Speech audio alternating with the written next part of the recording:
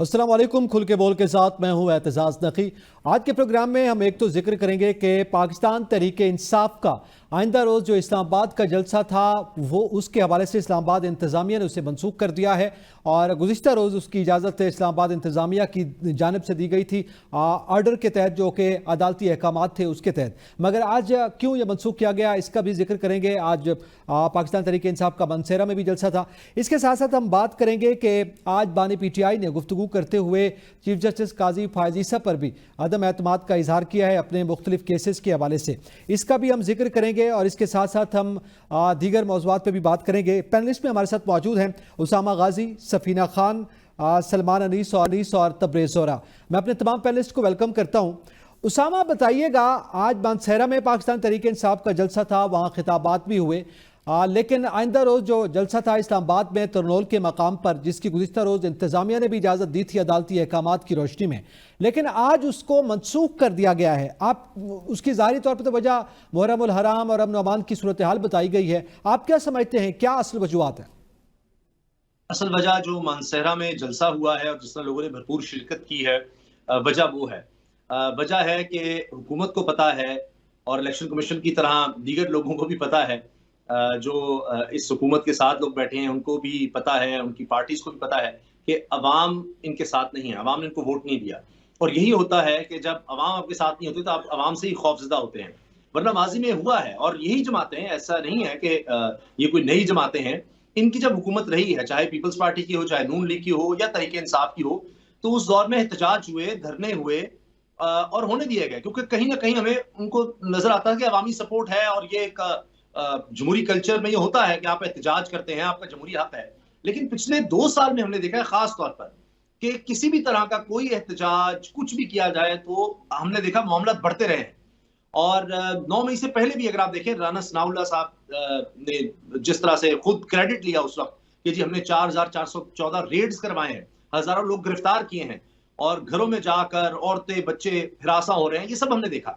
ये उस वक्त से शुरू हुआ और ये अब बढ़ता चला जा रहा है इस वजह से कि इनके पास अवामी हिमायत नहीं है।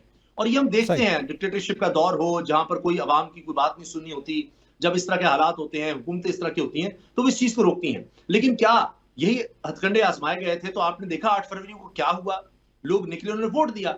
अब ये वो दौर नहीं रहे कि सिर्फ यदि जलसों में लोगों को बुलाया जाएगा और वहां पर बताया जाएगा, अपना बयानिया, अपना मौक़िफ़ लोगों के सामने रखा जाएगा, उनको मोटिवेट किया जाएगा। वो दौर पुराने। हाँ, इससे इम्पैक्ट बढ़ता है, इससे एक प्रेशर बढ़ता है, लेकिन लोग तो घरों में बैठे भी देख रहे हैं और बाशऊर हैं, वो देख रहे हैं कि जनाब क्या हो रहा है। इसलिए सोशल मीडिया को भी बंद करने की कोशिशें होती हैं। लेकिन देखिए, ये एक प्रेशर कुकर की तरह है। जब आप इसमें से कोई बात नहीं होने देंगे, जबर इतना करते चले जाएंगे, तो फिर वो लावा पकता रहता है, वो अचानक फटेगा और लावा पक रहा है। आगे चल के भी हम प्रोग्राम इस पर बात करेंगे। तो ठीक हुकूमत है। समझ रही है कि इस तरह पकड़कर, हम दबाकर तो इस चीज पर काबू पा लेंगे। लेकिन मुझे ठीक है, ये जाहिर खदशा है है वो कि ये सारे जी। सूरत हाल उसके बरक्स हो जाएगी। अच्छा, इसी पे मैं सफीना खान आपसे जानना चाहता हूँ, गुज़िश्ता रोज़ इंतज़ामिया की जानिब से इजाज़त दी गई कि आप जलसा कर लें और आज जो है वो उसको कैंसिल कर दिया गया। आप क्या समझती हैं, क्या यह किसी हिकमत अमली का नतीजा है? ये बिल्कुल एहतजाज एक हिकमत अमली के तहत ही किया गया। पहले उनको अलाउ किया गया, फिर जब उन्होंने देखा कि पीटीआई काफी अच्छे इंतजामात कर रही है, जैसे कि मैंने कुछ विजुअल्स भी देखे कि शायद एक पीटीआई के रहनुमा के घर के पास बड़े बड़े जो ट्रक थे, कंटेनर थे, तो वो शायद वो एक पूरी लॉट के साथ जो है वो जलसे की तरफ जाते, तो वो डेफिनेटली ये रुकावट है। हम इसमें ये नहीं कह सकते कि जी ऐसे ही उन्होंने कर दिया, एक प्लान के तहत सबोटाज करने के लिए पीटीआई के जलसे को, ताकि एक गैदरिंग, एक स्ट्रेंथ ना शो कर सके कि उनका लीडर जेल में है और इसके बावजूद जो उनकी आवाम है वो उनके साथ है, उनका वोटर सपोर्टर बाहर निकला है। तो ये एक प्रेशर टैक्टिक्स है जिसको बस्ट आउट करने के लिए उन्होंने सोचा कि अगर ये जलसा हो गया और इसमें आवाम आ गई तो डेफिनेटली एक बहुत बड़ा प्रेशर होता हमारी एस्टैब्लिशमेंट के ऊपर भी और हमारी हुकूमत के ऊपर ही। तो ये उस प्रेशर को खत्म करने के लिए उन्होंने सोचा कि ना रहेगा बांस ना बजेगी बांसुरी, जब अलाउ ही किया हुआ खत्म कर देंगे तो लोग कहाँ गैदर होंगे। तो ये डेफिनेटली एक पॉलिटिकल हिकमत स्टंट अमली है के जो तहत है, ठीक है। यस। अच्छा सलमान, आपने गुज़िश्ता रोज़ भी इसी प्रोग्राम में ये जिक्र किया था कि ये जलसा नहीं होगा और मुहर्रम हराम की वजह से खुद ही PTI से कैंसिल कर देगी, लेकिन सूरत हाल मुख्तलिफ हुई। PTI ने कैंसिल नहीं किया, इस्लामाबाद इंतज़ामिया ने कैंसिल कर दिया। वजह मुहर्रम हराम बताइए, हालांकि वो तो अभी उसका आगाज़ भी नहीं हुआ। तो बताइएगा अब आज आप क्या कहते हैं? आज मोहम्मद देखें, मुहर्रमुल हराम ने स्टार्ट तो होना है ना, एक दिन 2 दिन बदेर, we have to wait for that. और मेरे ख्याल में जो कमिश्नर साहब हैं उन्होंने बिल्कुल ठीक किया है, इसलिए क्योंकि क्या होना था पीटीआई के इस जलसे के अंदर, नाच गाना, लाउड म्यूजिक लगता, को खवातीन आ जाती, को और मसले मसाइल शुरू हो जाते। फिर दूसरा ये है कि देखें मुहर्रम से पहले जो हमारे रिलीजियस पूरे के पूरे कॉन्ग्रीगेशंस चल रहे होते हैं, उसके लिए सिक्योरिटी को डिप्लॉय करना होता है, उसके लिए एक पूरा का पूरा प्लान तरतीब देना होता है। ये ओवरनाइट नहीं हो जाती चीज़ें, इनको ओवरनाइट नहीं मोबिलाइज किया जाता, उसमें टाइम लगता है। इसमें एक और चीज़ जो है वो आप मिस कर जाते हैं, वो ये है कि मोहम्मद अली रंधावा साहब जो चीफ कमिश्नर हैं इस्लामाबाद के, जिन्होंने इसकी मुअत्तली का जो नोटिस है वो दिया है, उनका थोड़ा सा बैकग्राउंड जो है वो जान लेते हैं, क्योंकि हम इस्लामाबाद के डायनामिक से बहुत बखूबी वाकिफ़ हैं, रहते हैं इस शहर के अंदर। मोहम्मद अली रंधावा साहब खुद एक बहुत डायनामिक आदमी है, पहले लाहौर में भी रहे हैं, तो तमाम चीज़ों को समझते हैं। इस शहर इस्लामाबाद की भी नब्ज़ के ऊपर उनका बहुत अच्छा हाथ है। He understands all the dynamics of the city very very well.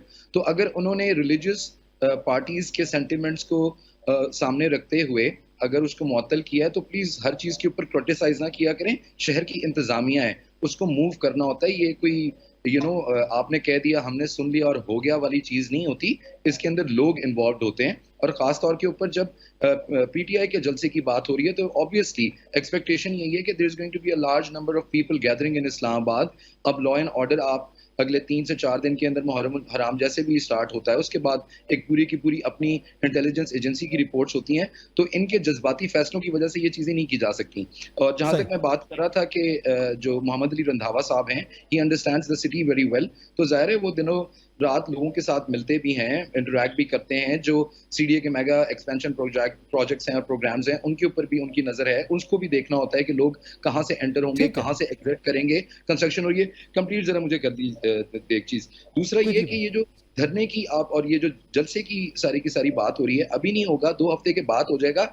इस जलसे से अचीव क्या करना है, वही बड़कियां लगानी है, गवर्नमेंट को थ्रेट करना है, हम रोक देंगे, हम ये कर देंगे, हम मईशत का पहिया जाम करेंगे, हम हड़तालें करेंगे। तो अगर ये थोड़ा सा 4 दिन बाद आगे बढ़ते हैं, बिल्कुल इस पे मजीद भी आपसे बात करेंगे। यकीनी तौर पर इससे अचीव क्या करना है, क्या जलसों के हवाले से भी कुछ अचीव किया जाता नहीं, ये बजाते खुद भी एक सवाल है। और तबरेज़ औरत साहब, मैं आपसे जानना चाहता हूँ, गुज़िश्ता रोज़ जो इस्लामाबाद इंतज़ामिया ने इस जलसे की इजाज़त दी थी, वो इस्लामाबाद हाई कोर्ट के ऑर्डर्स के तहत दी थी। अब आज जो है उसको मनसूख कर दिया गया और उसकी वजूहात भी बताई गई हैं। तो क्या आप समझते हैं इस पे इस्लामाबाद हाई कोर्ट की जानिब से कोई नोटिस दिया जा सकता है? जी देखें जी, मैं ये कहूँगा कि हुकूमत ऐसी पॉलिसी अपनाए हुई है कि ना खुद खेलना है, ना इनको खेलने देना है पीटीआई को, क्योंकि उनको भी पता है कि पीटीआई भी अब ग्रुपों में डिवाइड हो चुकी है, उनका ओपिनियन अब डिफरेंट है, इसलिए वो कहते हैं आए, और पीटीआई वाले कहते हैं कि अब हम पे तनकीद शुरू हो गई है, हमें भी कुछ करना चाहिए ताकि अवामुन्नास ये ना समझे कि ये हाथ धर के बैठ गए हैं। तो इसलिए अब अदालतें कोई फैसले आपके सामने है, अदालतों के फैसले अब गैर मुतवक्की आते हैं। अगर अदालतों का फैसला इन्होंने मानना होता तो आज ये काम ही ना करते। तो इसलिए अब हुकूमत को अदालतों की कोई परवाह नहीं है, वो समझते हैं कि हम सेफ हैंड में हैं और जो हमारा फैसला है वो हम करेंगे। और देखें, पंजाब की जब बात आप करते हैं या फेडरल की बात करते हैं, तो वहां पर तो पीटीआई सोचे भी नहीं, क्योंकि वहां पर हुकूमत स्ट्रांग है। हाँ, अगर केपीके में उन्होंने जलसे करने हैं, वहां उनकी पंजाब केपीके में सूबाई हुकूमत है, तो वहां पर वो जलसों वाला शौक पूरा कर लें। जब यहाँ पर निकलेंगे तो आगे पुलिस हरकत में आएगी, डंडे मारेगी, तो फिर वो घरों में छुप जाएंगे। ठीक है। अच्छा उसामा, आप क्या समझते हैं, बाज़ हल्के ये दावा कर रहे हैं कि मानसेरा में जो जलसा हुआ उसमें एक बड़ा क्राउड था जिससे हुकूमत खौफजदा हो गई है, ये एक तासुर मौजूद है, उसी वजह से ये जलसा भी जो है वो कैंसिल किया गया है। लेकिन आप क्या समझते हैं कि क्या यही सूरत हाल है कि हुकूमत को ये खदशा है कि अवामी रद्द अमल के सामने इस वक्त महंगाई भी है और फिर पीटीआई के हवाले से भी जो सूरत हाल है वो सबके सामने है, उस रद्द अमल के खौफ से इसे कैंसिल किया गया? हुकूमत ये खदशात पर ही चल रही है कि ये हो जाएगा वो हो जाएगा। देखिए, सलमान साहब से मैं बड़ा सीखता हूँ, बड़ी ज़बरदस्त गुफ्तगू करते हैं, अंदाज भी, लहजा भी बड़ा प्यारा है उनका, हमारे भाई का। लेकिन गुजारिश ये है कि ये जो डीसी साहब हैं, या तो वो गजनी है या उनको भूलने की बीमारी है, उनको पता नहीं था कि इजाजत अगर वो देंगे तो फिर आगे मुहर्रम आ रहा है, खदशात हैं, ये इंतजाम करने होते हैं। ये 2 साल से वो कर रहे हैं। कमिश्नर ने मुअत्तल किया, प्लीज करेक्ट करें। चीफ कमिश्नर जी चीफ कमिश्नर इस्लामाबाद जी। और पहले जो परमिशन दी थी वो डीसी ने दी थी, वो शर्जील मेमन साहब, वो ये इरफान मेमन साहब हैं, प्लीज। जी वो मैं वही अर्ज कर रहा हूँ कि डीसी साहब जो हैं वो गजनी हैं, उनको भूलने की बीमारी, पता ही नहीं, इजाजत नहीं देनी चाहिए। और कमिश्नर साहब कि उन्होंने आकर, मैंने कमिश्नर का जिक्र नहीं किया, मैंने जिन्होंने इजाजत दी उनका जिक्र किया ना, इजाजत कमिश्नर ने वापस ली है, मैं डिनाई नहीं कर रहा। कैटेगोरिकली डीसी का है ना कि वो गजनी है। नहीं, सलमान साहब वो कल डीसी साहब ने दी ना, वो उसी हवाले से बात कर रहे थे। प्लीज उसामा कर वो डायलॉग बाजी कर जाते हैं, और आप उसामा, आप इतने सीनियर जर्नलिस्ट हैं, इतनी बेसिक चीज। सलमान आप अपनी बारी पे बोल लीजिएगा ना, उसामा को पूरा करना। जी उसामा बोलिएगा। मैं बाद में बात कर लूंगा उनसे, बात मुकम्मल कर लें। जी उसामा भाई साहब आप कंटिन्यू कीजिएगा।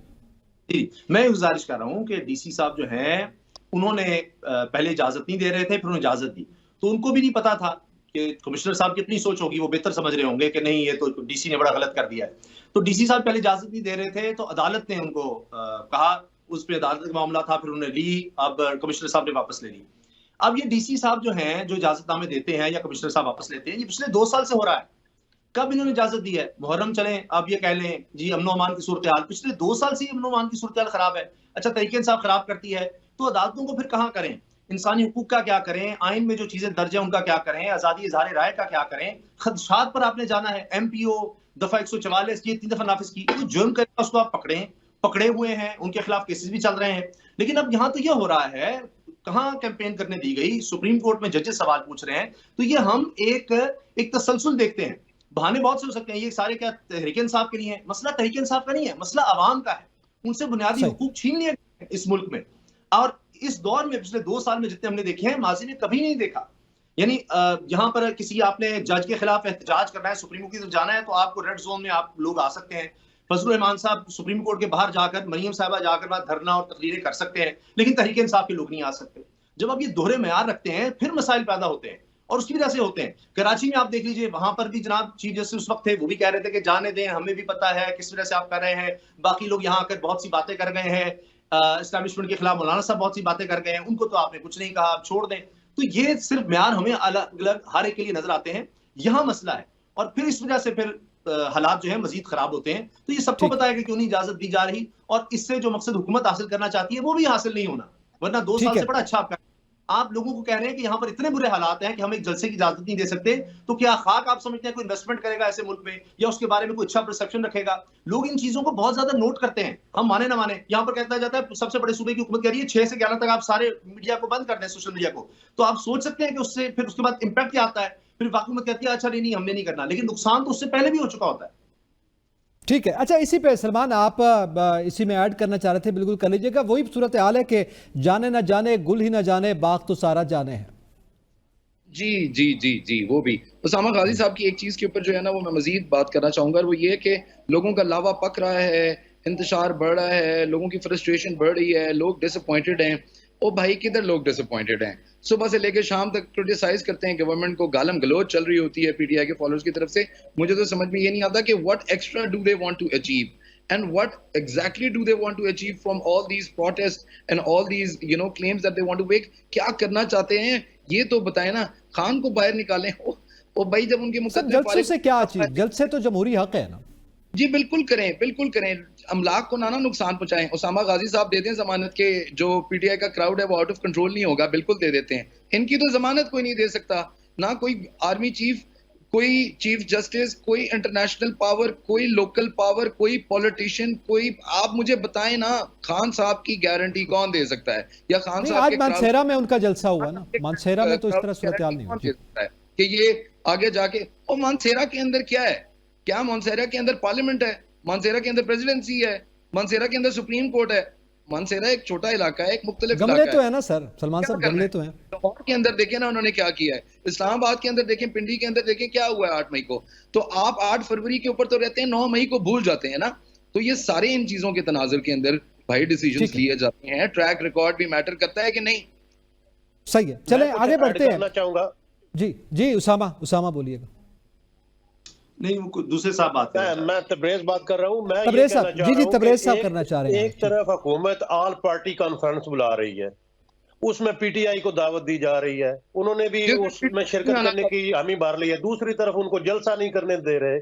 आखिर ये करना क्या चाहते हैं? इनका मैसेज क्या है? इनका पैगाम क्या है? मशवरत करना चाहती है या नहीं करना चाहती? भाई उनको तो 200 दफा दावत दी है, उनको खुद नहीं समझ में आ रहा कि उन्होंने आना है या नहीं आना। आज कहां एक साइड पे शहबाज शरीफ पे बात भी करते हैं। तबरेज और सब इस पे बात भी करते हैं, बिल्कुल ये हमारी गुफ्तगू का हिस्सा भी है, इसका भी जिक्र करेंगे कि उनको बाकायदा तौर पे वो किया। लेकिन हम ज़रा जिक्र करना चाहेंगे, सफीना खान मैं आपकी तरफ आना चाहूँगा। आपके इल्म में है गुफ्तगू की गई बानी PTI की जानिब से, और उन्होंने अदम एतमाद का इजहार किया चीफ जस्टिस काजी फायज़ ईसा पर। उनका यह कहना था कि मेरे हों या PTI के मुकदमात हो तो हर केस जो है वो चीफ जस्टिस साहब के सरबराही में होता है, तो इस हवाले से उनके भी खदशात हैं। तो अब और फिर वो ये भी कह रहे हैं कि हमें इंसाफ नहीं मिलेगा। तो आप क्या समझते हैं, क्या इमरान खान के तहफ़्फ़ुज़ात जस्टिफाइड? देखिए, इमरान खान साहब जैसे मर्जी स्टेटमेंट दे रहे हैं वो उनका हक है, लेकिन पर्सनली तौर पे मेरी अपनी जो राय है, PTI के जो वुकला हैं उनकी बहुत ही फेल स्ट्रेटजी रही है। मोस्टली उनको सोशल मीडिया के अंदर, सोशल मीडिया की स्पेसिस के अंदर एक एक लफ्ज लिख के लाइक्स और आर्टी लेने की तरफ ज्यादा उनका रुझान था, रादर देन वो अच्छा और प्लान करके तैयारी के साथ अदालत में पेश हूँ।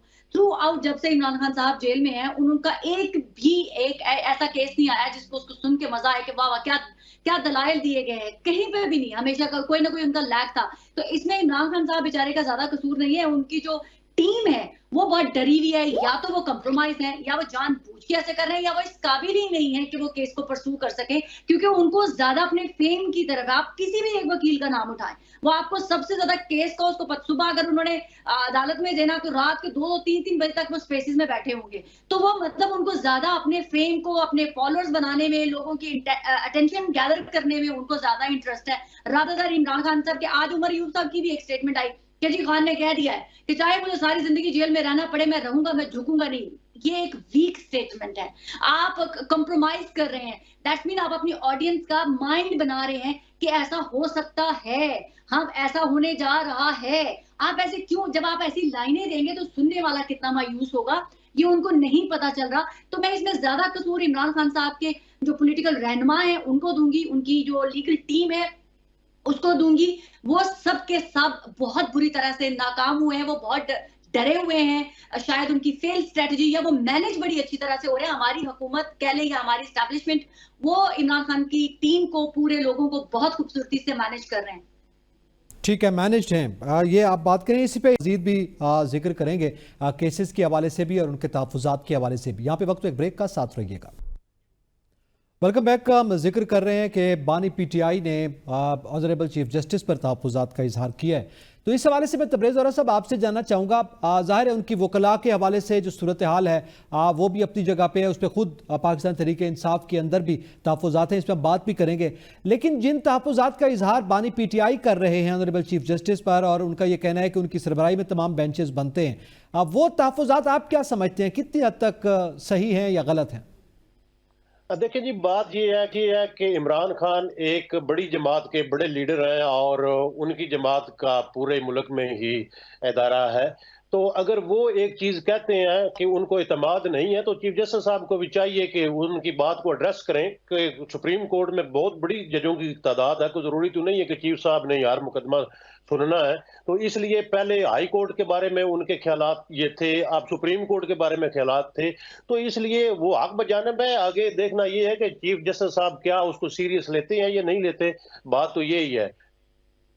ठीक है। अच्छा, इस पे उसामा आपके नज़दीक आप क्या समझते हैं? ये भी एक सूरत हाल है कि जो इलेक्शन ट्रिब्यूनल का केस था उसमें और इससे पहले जो केसेस हैं उसमें एक हमें फ़र्क भी दिखाई देता है। चीफ जस्टिस के रिमार्क्स भी सामने आए कि कानून के मुताबिक फ़ैसला किया, भले के निशान के हवाले से भी कानून के मुताबिक जो है वो फैसला हुआ। लेकिन इलेक्शन ट्रिब्यूनल के मुतालिक उनका ये कहना था कि वो आपस में मुशावरत कर लें, ये मशवरा दिया गया और मुशावरत करके आप हल निकाल लें, जबकि इसका तो कानून भी मौजूद है। तो इस पर भी पाकिस्तान तहरीक इंसाफ जो है वो तहफ़्फ़ुज़ात का इजहार कर रही है कि ये दोहरा मेयार है। आप क्या कहते हैं इस पर? जो मेयार बन गया है वो सबको नजर आ रहा है। काजी साहब जज के तौर पर बिल्कुल और थे और चीफ जस्टिस के तौर पर बिल्कुल और है। वो खत लिखा करते थे कि जनाब सीनियरिटी, इस बात पर खत लिखा करते थे। अब आप देख लीजिए कि इस वक्त क्या हो रहा है, वो सीनियरिटी को क्या देख रहे हैं।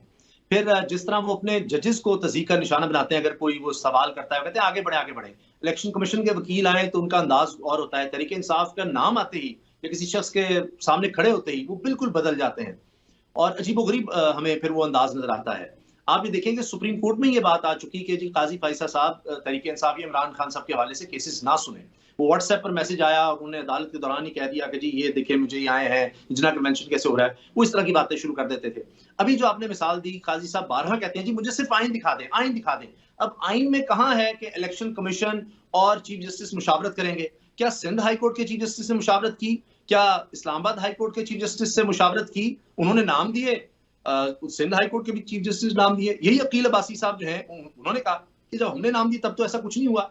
मंदोखेल साहब भी यही सवाल पूछ रहे थे कि ये क्या है, ये पंजाब के मामले पर क्यों ये इस तरह हो रहा है? असल जो बड़ा धांधला हुआ है, बड़ी गेम जो लगी है वो पंजाब में लगी है, ज्यादा सीटें यहाँ पर थी। और अभी देखिए पटन की रिपोर्ट है, आप इस्लामाबाद के हल्के देख लें, फॉर्म 45 ही नहीं आ रहा, जबकि इनके लोग खुद दावा करते थे भाई आप ले आए साफ के जी है फॉर्म 45, इलेक्शन कमीशन जारी कर दे। आप ऑर्डिनेंसेस लेकर आ रहे हैं कि जी इलेक्शन कमीशन जिस पर इल्जाम है, जो मुलजिम है, वो फैसला करेगा कि जी जज कौन होगा, वो लगाएगा जज कि जी ये जज होने चाहिए, तब तक आप भी करें ना। तो ये सब खदशात को चीजें नहीं, उसमें जो पतन रिपोर्ट है उसके बाद फिर फौरी तौर पे अपलोड भी हो गए। ये भी एक सूरत हाल देखने में आई है, आपके इल्म में होगा। इलेक्शन कमीशन की वेबसाइट पे फिर अपलोड भी हुए हैं कुछ। जी, वो हमने पहले भी देखा था कि फॉर्म 45 आते रहे हैं और उन पर क्या क्या निशानात लगे हुए थे, किस तरह से हुआ था। वो चीफ जो कमिश्नर थे रावलपिंडी, वो भी आज तक समझ ही नहीं आई वो किधर उसके बाद चले गए, किस तरह उनका बयान आ गया, ये सबके सामने है। तो काजी साहब आप देखें कि अब तो हसनात मलिक साहब या मतीउल्लाह जान साहब, असतूर साहब, ये बड़े सीनियर रिपोर्टर्स हैं। और ये माजी में या बार्स की अगर आप बात कर लें तो वकला सीनियर जो काजी साहब के साथ खड़े नजर आते थे कि उनके खिलाफ ये रेफरेंस आया, ये हुआ, वो हुआ। लेकिन जिस तरह 6 जजेस के खत पर काजी साहब ने जो रवैया अपनाया कि जिन पर इल्जाम है हुकूमत पर, उसके इदारों पर, उनको बुलाया कि आप कमीशन बना दें। फिर वही कि जिस पर इल्जाम है उसको कह रहे हैं कि आप आए, आप कमीशन बनाएं।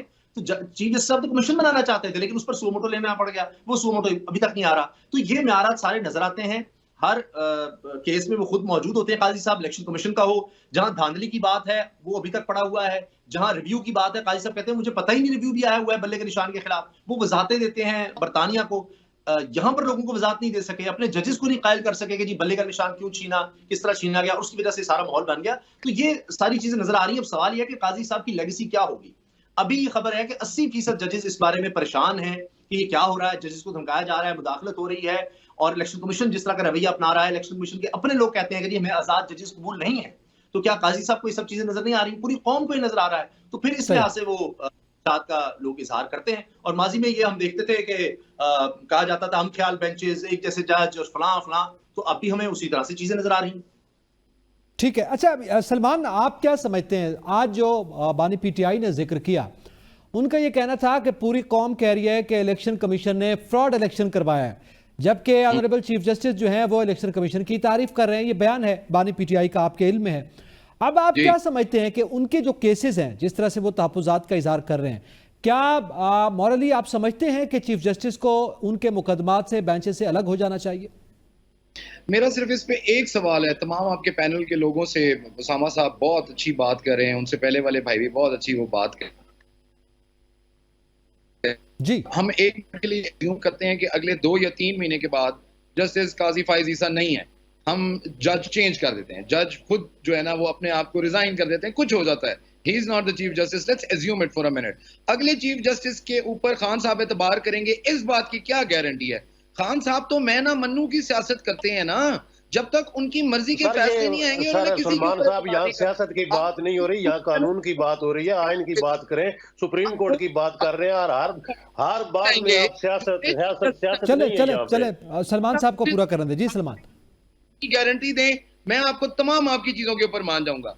और वो टिकते नहीं है एक बात पर, खान साहब और उनकी पार्टी एक जगह के ऊपर टिकती नहीं है, तो आप उनके साथ क्या बात करेंगे? और रिजाइन तो नहीं मांग रहे ना, बेंच से अलहदगी मांग रहे हैं वो। यार वो जिस मर्जी चीज से, मैं आपको यही कहा ना कि आप 1 मिनट के लिए एज्यूम करें, ठीक है, काजी फाइज साहब चीफ जस्टिस नहीं है 2 महीने बाद, अगले चीफ जस्टिस की क्या गारंटी है कि खान साहब उनको एक्सेप्ट कर लेंगे और उनके फैसले मान जाएंगे और 6 महीने के बाद फिर नहीं रोना शुरू करेंगे कि नहीं मुझे इस जज के ऊपर भी एतबार नहीं, इसको तो वो लेके आए हैं, इस वक्त तो गवर्नमेंट ही क्योंकि और थी, मैं तो जेल में था, इन्होंने खुद ही लगा दिया चीफ जस्टिस, मुझे तो नहीं पता, ये तो उससे भी ज्यादा मेरे मुखालिफ निकल आया। इसी किस्म की बातें इन्होंने आर्मी की एस्टेब्लिशमेंट के बारे में कही कि मुझे तो बाजवा ने बहका दिया, मुझे तो पता ही नहीं था, और उसके बाद फिर अब ये जो नए चीफ आए हैं उनके बारे में भी उनके वही ख्यालात हैं। तो आप मुझे बताएं कि खान साहब और इनकी पार्टी टिकेगी कहाँ और किसकी बात मानेगी, ताकि फिर वहां पे हम एक दफा सेटल कर लें। ठीक है, अच्छा इसी पे जाहिर है वो फिर सलमान भाई वो जस्टिस गुलजार और उनके पूरे बेंच की भी एक ऑब्जर्वेशन थी कि अलग हो जाना चाहिए, दुनिया में भी प्रेसिडेंट्स हैं। आप इनकी मर्जी का जज लगा दें। ये जो चीफ कमिश्नर है ये हमारी मर्जी की, या आपसे पूछ के नहीं लगाया था, ये खान साहब खुद लेके आए थे। चले जो ठीक है, चीफ पेंशन दी थी वो आपसे मेरे से नहीं पूछा था, वो खान साहब ने खुद कैबिनेट के अंदर अप्रूव करवाई थी। 90 मिलियन पाउंड का केस वो आपसे मेरे से नहीं पूछा था। खान साहब ये बातें खुद ही करते हैं, खुद ही मुकर जाते हैं। ठीक है, आप क्या ठीक है, उनके साथ बात करेंगे? अच्छा अब थोड़ा आगे बढ़ते हैं। सफीना, आप क्या समझती हैं, क्या दुनिया में कोई ऐसी मिसालें हैं कि जब कोई फरीक जो है वो किसी जज पर अदम एतमाद का इजहार करे तो वो बेंच से अलहदा हुआ हो, और इसके साथ साथ इस वजह से कि जैसे उन्होंने अज्यूम किया, अभी सलमान अनीस साहब ने उनका ये कहना था कि आप अज्यूम कर लें कि वो चले गए हैं, तो अगले चीफ जस्टिस पर क्या वो एतमाद करेंगे या नहीं, तो क्या इस खदशे के पेश नज़र के नेक्स्ट आने वाले पर एतमाद किया जाएगा या नहीं, जो मौजूदा सिचुएशन है इसको प्रिवेल करना चाहिए? एहसास मैं भी अज्यूम करके एक बात कहती चलूं, वो तो वक्त बताएगा। अगर आप लोगों के नैरेटिव पे चलें तो हर 6 महीने के बाद चीफ जस्टिस चेंज होगा और आर्मी चीफ चेंज होगा। सोच लें। अगर मैं अज्यूम कर लूं तो जो नेक्स्ट जो मुझे नजर आ रहा है, अगर नेक्स्ट चीफ जस्टिस जो आते हैं तो वो इंतहाई खतरनाक साबित होंगे। तहरीक इंसाफ को अभी ये वाले चीफ जस्टिस बहुत बुरे लग रहे हैं, तो मैं तो आने वाले वक्त में ये देख रही हूँ कि जब अगले चीफ जस्टिस आके फैसले करेंगे तो तहरीक इंसाफ की चीखें निकलती हुई नजर आ रही है। ये मैं अज्यूम करके बता रही हूँ, लेट्स सी कि आगे क्या होता है। दूसरी बात, आपने कहा कि अगर कोई चीफ जस्टिस के ऊपर एतराज कर दे तो क्या, आज तक पाकिस्तान के अलावा कहीं ऐसी दुनिया में नहीं होता कि कोई भी शख्स उठ के किसी चीफ जस्टिस का नाम लेके उसके बारे में कोई बात करे। ये पाकिस्तान ही दुनिया का अनोखा मुल्क है जहां पर हर इदारे को कंट्रोवर्शियल बनाने की कोशिश की जाती है। हमारे सियासतदान जब उनकी मर्जी के स्टेटमेंट नहीं मिलते या उनकी मर्जी के फैसले नहीं मिलते तो वो इदारों को कंट्रोवर्शियल बनाते हैं। अभी बरतानिया के अंदर कल इलेक्शन हुए हैं, मैं कहती हूँ ओवरवेलमिंग जो है वो मेजॉरिटी मिली है लेबर पार्टी को। आप यकीन माने किसी एक शख्स ने ना इलेक्शन के ऊपर सवाल उठाए, ना किसी ने ये कहा कि हमारे साथ धांधली हो गई है, हमें जानबूझ के हरवाया गया है। बीबीसी के कहने के मुताबिक जो 410 सीट उन्होंने बताई थी, एग्जैक्टली वही फिगर आता है। तो मतलब ये पाकिस्तान वाहिद दुनिया का ऐसा मुल्क है, जब से पाकिस्तान बना है कोई भी ऐसा इलेक्शन आप मुझे ये बताएं जहां कहा गया हो कि नहीं ये बिल्कुल फेयर इलेक्शन हुए। पाकिस्तान के सियासतदान एक्चुअली में बेसिकली वो कभी भी कोई भी असूल पे चलना ही नहीं चाहते। वो खुद इतने करप्ट हैं, वो खुद इतनी करप्शन करते हैं कि हर चीज के अंदर दूसरे आने वाले के अंदर भी उनको वही चीजें नजर आती हैं। उनको इस चीज का यकीन होता है कि जो हमने गलत किया है दूसरा भी वो गलत करके ही आ रहा है।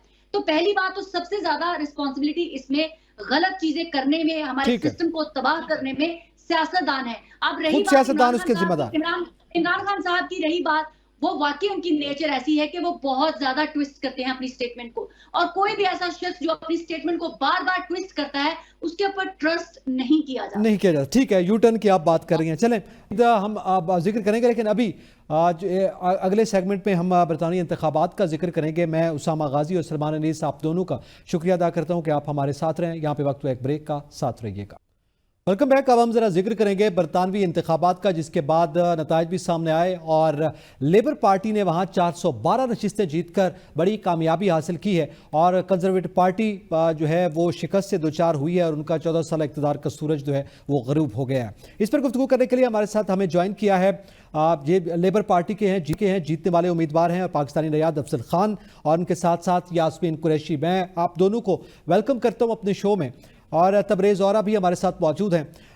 मैं सबसे पहले तो आपसे जानना चाहूँगा, अफजल खान साहब आपको बहुत बहुत मुबारक हो, आपको कामयाबी मिली है, और यहाँ पाकिस्तान में भी आपके हवाले से बहुत खुशी की लहर दौड़ गई कि हमारे जो पाकिस्तानी नयाद बरतानवी हैं वो इस हद तक कामयाब हुए हैं। मैं अब जानना चाहूँगा कि क्या आप समझते हैं कि आपकी पार्टी लेबर पार्टी की कामयाबी की क्या वजूहात हैं, कंजर्वेटिव पार्टी जो है वो क्यों हार गई है? जी, बुनियादी जो पॉलिटिक्स होती है उसका बुनियादी मकसद ये होता है कि जो कम्युनिटी है, लोग हैं, उनकी सहूलत पैदा करना।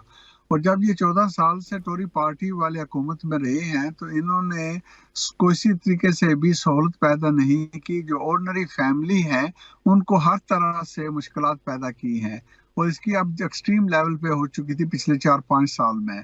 तो इन सब की क्यूमुलेटिव जो इफेक्ट है वो यही था कि आप सबकी सोच यही थी कि भाई ये गवर्नमेंट जो है इनकॉम्पिटेंट है, ये हमारे मसाइल को हल नहीं कर रही, जिस बात को भी शुरू करते हैं खराब कर देते हैं, अब हमें नई अल्टरनेटिव चेंज आने की जरूरत है। तो ये वो मैसेज लेबर पार्टी लेके आए थे, तो उसी को लोगों ने सराहा और एक्सेप्ट किया। तो आपने ये देखा कि ये इनक्रेडिबल हिस्ट्री बनी है कि एक तरफ लेबर पार्टी ने unprecedented level of victory achieve की है और दूसरी तरफ टोरी पार्टी ने अनप्रेसिडेंटेड डिफीट हासिल की है। तो दो मुख्तलिफ रिकॉर्ड एक टाइम पे मिले हैं। और तीसरी जो छोटी जमात लिबरल डेमोक्रेट है, उन्होंने भी हिस्टोरिकल सीट्स ली हैं। तो बहुत लिबरल डेमोक्रेट की पार्टी के नुक्ते नजर से और लेबर की नजर से इन दोनों ने रिकॉर्ड अचीव किए हैं। और दूसरी तरफ टोरी पार्टी और स्कॉटिश नेशनल पार्टी को खूब पटाई हुई है। तो ये नेट रिजल्ट है कि जो चेंजेस तब्दीली अब आई हैं। अच्छा तबरेज ज़ोहरा साहब, आप यकीनी तौर पर कवर भी करते रहे, देख भी रहे हैं बरतानवी इंतखाबात में, कितने अंदाजन आपके नज़दीक पाकिस्तानी नयाद बरतानवी हैं जो कामयाब हुए हैं हालिया इलेक्शन में? जी, इनकी तादाद तकरीबन 14 बनती है, जिसमें अफजल खान साहब माशाल्लाह सरे फहरिस्त हैं और ये पहले भी कामयाब हुए हैं। इसके साथ यास्मीन कुरैशी साहबा हैं, उसके साथ इमरान हुसैन साहब हैं, उसके साथ नाज शाह साहबा हैं, इसी तरीके से शबाना महमूद हैं और ये इनकी तादाद जो है तकरीबन 14 बनती है, जिसमें 2-3 लोग जो है वो कंजर्वेटिव पार्टी से हैं, बकाया ये सब जो है ये लेबर पार्टी से हैं। और मैं एक बात यहाँ पर वाज़ह करता चलूँ कि इनका अफजल खान साहब का, यास्मीन कुरैशी साहब का, इमरान हुसैन साहब, इन लोगों का बड़ा किरदार है यहाँ पर। ये कश्मीर की बहुत बड़ी आवाज है, ये गजा की बहुत बड़ी आवाज है और हमेशा ये इश्यूज पे स्टैंड करते हैं। ये अपनी पॉलिटिक्स जो है उसको अपने लिए नहीं ये करते, ये लोगों की फलाह बहबूद के लिए करते हैं। तो यही वो चीज है कि आज अल्लाह ताला ने इनको फिर इज्जत से नवाजा है और ये तवक्को की जा रही है कि इनको किसी 1-2 जो हमारे मौजूद मेंबरान अभी मुंतखब हुए हैं, इनको कैबिनेट का भी हिस्सा बनाया जाएगा। ठीक है। अच्छा, ये गुज़िश्ता के मुकाबले में कितना फ़र्क पड़ा है? पाकिस्तानी नयाद बरतानवी जो हैं वो इस मरतबा बरतानवी पार्लियामेंट का हिस्सा बनेंगे। 2 जो मेंबर्स हैं वो इस दफा कामयाब नहीं हो सके, रहमान चिश्ती साहब और खालिद महमूद साहब। खालिद महमूद साहब जो है ये बर्मिंघम से थे, पिछले 24 ईयर से आ रहे थे और 500 के वोटों से वहां से वो हारे हैं, लेकिन जीतने वाले भी आजाद उम्मीदवार हैं और उनका भी तल्लुक पाकिस्तान से ही है। तो तादाद बढ़ी है मतलब? जी, तकरीबन आप यूं कह लें कि एक मेंबर्स की तादाद जो है उसमें इजाफा हुआ है। इजाफा हुआ है। अच्छा, इस पे मैं अफजल खान साहब आपसे जानना चाहूँगा कि यकीनी तौर पर कैंपेन्स में या मंशूर में आपके बहुत कुछ होगा, लेकिन ये एक तासुर यहाँ पे मौजूद है कि जो बड़ी शिकस्त हुई कंजर्वेटिव पार्टी को, उसकी वजह खारजा पॉलिसी जो है वो एक बड़ी वजह है। एक तो ये बताइएगा ये तासुर किस हद तक दुरुस्त है, और इसके साथ साथ आप क्या समझते हैं कि लेबर पार्टी की कामयाबी के बाद पाकिस्तान और बरतानिया के जो ताल्लुकात हैं उस पर क्या असरात मुरतब होने जा रहे हैं? जी, मैं आई डोंट थिंक मैं इस चीज़ से एग्री करता हूं कि ये फॉरेन पॉलिसी की वजह से उनको इतनी मार पड़ी है। एक्चुअली जो ये है होम ग्राउंड पे जो इश्यूज हैं उनकी वजह से कंजर्वेटिव पार्टी को पड़ी है। उसकी एक वजह ये भी है कि कंजर्वेटिव पार्टी को ज़्यादातर सपोर्ट जो है वो पाकिस्तानी कम्युनिटी से नहीं मिलती। बहुत ही स्मॉल अमाउंट है जो उनको सपोर्ट करते हैं और इस चीज़ का जो मसला ज़्यादातर था वो हमारी कम्युनिटी के अंदर ही है। तो उसका जो एक्चुअल डैमेज हुआ है वो लेबर पार्टी को हुआ है, कंजर्वेटिव को नहीं हुआ। और दूसरा इसमें मैं ये भी समझता हूँ कि ये जो चैलेंजेस उनको फेस कर रहे थे, तो इसमें वो फेलियर इंटरनली नजर आते हैं हर तरीके से, कि जो NHS है, स्कूल्स हैं, पुलिस सर्विसेज है, इकानमी को इन्होंने बहुत खराब किया। शहरी फीसद जो सूद की होती है 15 बार इन्होंने बढ़ाई, इन्फ्लेशन डबल डिजिटल में लेके गए। ब्रेक्सिट जब किया तो उसमें भी 5% से ज्यादा GDP इनकी जो है वो लॉस हुई है। तो ये वो क्यूमुलेटिव इफेक्ट था जिसकी वजह से यहाँ की जो आवाम है उन्होंने इनसे टर्न लिया। हमारी जो कम्युनिटी है उन्होंने, मैं समझता हूँ, ज्यादातर टर्न जो लिया है वो लेबर पार्टी के खिलाफ लिया है और वो गाजा के हवाले से है। अच्छा, लेबर पार्टी का गजा के हवाले से उनकी अगेंस्ट है हमारी कम्युनिटी, आप ये कह रहे हैं? जी बिल्कुल। आई थिंक ये जो किया जा रहा है ना, कि एक तो ये है कि जेन्युइन चीज है कि जो जुल्म हमारे फलस्तीनी बहन भाइयों पे हो रहा है उसका महसूस सिर्फ हमारे मुसलमान ही नहीं दूसरे भी एक्चुअली कर रहे हैं। लेकिन कुछ लोग मैं समझता हूँ उन्होंने इसको एक टूल के तौर पे इस्तेमाल किया है, सियासी हथकंडे के तौर पे, और गाजा के फलस्तीन मजलूमों के खून को कैश करने की अपनी लीडर चिमकाने की है। तो इसकी वजह से बहुत से फेक न्यूज़ और झूठ जो है वो इसको पेडल किया गया था। फॉर एग्जांपल सबसे बड़ी बात जो झूठ की है वो ये है कि लेबर पार्टी और टोरी पार्टी में कोई फर्क नहीं है। तो ये बात टोटली गलत है। जब शुरू ये मसला हुआ था गाजा का, उस वक्त आप आर्ग्यूमेंट कर सकते हैं कि अक्टूबर में ये सेम पेज पे थे, लेकिन जैसे ही नवंबर पड़ा था और लेबर पार्टी के अंदर इसका काफी स्ट्रांग रिएक्शन था, 56 लोगों ने अपनी पार्टी के खिलाफ ही वोट दिया था। 8 शैडो मिनिस्टर जिसमें यास्मीन है, मैं हूँ, नाज है, इमरान है, और भी 4 थे जो नॉन पाकिस्तानी थे, उन्होंने भी वोट दिया था रेजिग्नेशन के हवाले से। तो उस वक्त पार्टी को मजबूरन ये सोचना भी पड़ा था और इंटरनल जो प्रेशर डेवलप किया गया था। फिर आप देखते हैं कि फरवरी में लेबर पार्टी की पोजीशन टोटली डिफरेंट हो चुकी थी और इनका मोशन था जो पार्लियामेंट के पास भी हुआ था। तो जिस 9 महीने के अंदर जो को काम अगर हुआ है गाजा का, तो वो लेबर पार्टी की तरफ से हुआ है, जो उन्होंने मोशन थ्रू कराया था पीस के लिए जो गाजा के अंदर है। लेकिन अवाम के अंदर जो अर्ली पोजीशन थी उसी को फ्रीज करके रखा गया और उसी को बार बार दोहराया गया कि ये जो जेनोसाइड वहां पे हो रहा है इसका जिम्मेदार भी लेबर पार्टी है। अगेन इसका हकीकत के साथ कोई ताल्लुक नहीं था, क्योंकि लेबर पार्टी अगर जेनोसाइडल पार्टी है, ये तो है ही अपोजिशन पार्टी। ये तो बरतानिया की हुकूमत में भी नहीं है, तो ये इसराइल की हुकूमत कैसे बन गई? तो ये वो चीजें थी जो इस्तेमाल की जा रही थी जानबूझ के। मैं समझता हूँ ये मुसलमान और पाकिस्तानी पर्टिकुलरली उनका जो डीप तल्लक था लेबर पार्टी उसको डैमेज करने के लिए, और इसका सिर्फ और सिर्फ एक ही फायदा था, वो टोरी पार्टी को था। अच्छा, ये इसका फायदा उल्टा टोरी पार्टी को, उसके बावजूद जो है एक आपने फतह समेटी है। तबरेज़ और इंटरनल कम्युनिटी मैटर्स जो वहाँ पे हैं, उसके साथ साथ आप क्या समझते हैं पाकिस्तान की कम्युनिटी जो है वो क्यों किसी डिवीजन का शिकार थी, और अगर वो जो डिवीजन थी उनके दरमियान जो तकसीम थी वो बुनियादी तौर पर किन निकात पर थी? पहली बात तो ये है कि इनके पास कोई निकात है ही नहीं है। ये लकीर के फकीर बाज़ औक़ात बन जाते हैं। जैसे अब्दुल खान साहब कह रहे थे कि वो एक लहर बना दी गई जी के गजा के खिलाफ जो है वो लेबर चली गई है और जी उनके खिलाफ जाना है, इलेक्शन कंटेस्ट करना है। ये बात दुरुस्त कह रहे हैं कि उसी को बुनियाद बनाकर कुछ उम्मीदवार जो है उन्होंने आज़ाद इलेक्शन भी लड़े और उन्होंने 2, 3, 4 हज़ार वोट भी लिए, और ये सही कह रहे हैं कि उसका नुकसान जो है वो कंजर्वेटिव पार्टी को नहीं हुआ, वो लेबर को ही हुआ है।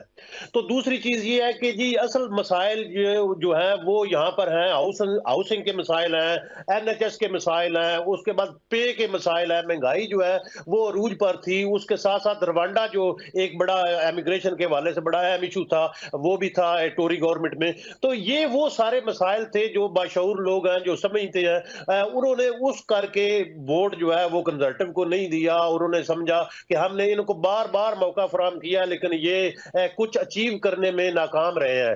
तो इसलिए उन्होंने ये समझा कि अब लेबर की जो क़यादत है वो इस पोजीशन में है कि वो जो मकामी कम्युनिटी के जो लोग हैं उनके मसाइल को अच्छे तरीके से एड्रेस कर सकते हैं। आपने देखा होगा कि यहाँ तक ये हुआ कि एयरपोर्ट का जो अमला है उन्होंने भी स्ट्राइक की, टीचर्स ने स्ट्राइक की, पैरामेडिक स्टाफ ने स्ट्राइक की, ट्रेन ने स्ट्राइक की। कोई ऐसा डिपार्टमेंट नहीं था कि जो स्ट्राइक पे नहीं था। उसकी वजह ये है कि महंगाई जो है वो आसमान को छू रही थी, वेजेस में इजाफा नहीं था, लोग जो है वो परेशान थे, एनएचएस का बुरा हाल था। यही वो सारे फैक्टर थे जिसकी वजह से आज जो कंजर्वेटिव पार्टी को जो है वो इस तरह बदतरीन शिकस्त हुई है और लेबर को तारीखी कामयाबी मिली है। आप लोग ये समझ रहे हैं कि लेबर आएगी और उनके जो ये मसाइल है उनका वो हल निकालेगी। अच्छा, इस पे अफजल खान साहब, बरतानिया और पाकिस्तान के ताल्लुकात भी यकीनी तौर पर ज़ेर बहस भी आएंगे और पहले भी दोस्ताना अच्छे ताल्लुकात हैं, लेकिन आप क्या समझते हैं कि बरतानवी इंतखाबात में पर्सनैलिटीज़ कितना मैटर करती हैं? ये एक तासुर है कि ऋषि सुनाक की पर्सनैलिटी जो है उसकी वजह से भी बहुत से जो पाकिस्तानी वहाँ पे मौजूद हैं उन्होंने लेबर पार्टी को सपोर्ट किया और कंजर्वेटिव के वो खिलाफ रहे हैं। कितनी हद तक इस बात में हकीकत है? खारजा पॉलिसी का तो खैर आपने बता दिया। मैं समझता हूँ कि फंडामेंटली यहाँ पर्सनैलिटी का जोर कम होता है, किसी हद तक तो होता है, पर्सनैलिटी खुद जो है इम्पैक्ट करती है दूसरे पर्सन पे।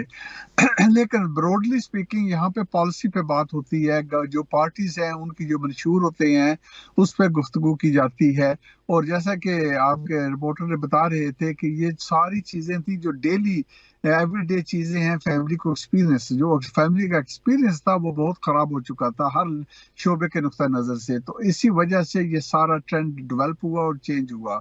तो यहाँ पे हम खड़े हैं इस वक्त, और जहाँ तक लेबर पार्टी का ताल्लुक है, उन्होंने इस सारे नुक्ते को सामने रखते हुए अपने मंशूर को तैयार किया और उन्हीं बेनियादी चीजों पे उन्होंने जोर किया। आप देखते हैं वो कह रहे हैं कि जो एनर्जी पॉलिसीज हैं, जो बहुत हमारे फ्यूल के एक्सपेंस बिल आ रहे थे, बहुत महंगे थे, उसके लिए उन्होंने पूरी सेपरेट कंपनी को सेटअप करने के लिए कहा, ताकि जो बिलियंस प्रॉफिट होते हैं वो आवाम के कंपनी के पॉकेट्स में ना जाएं, लेकिन आवाम के लिए इस्तेमाल किए जाएं।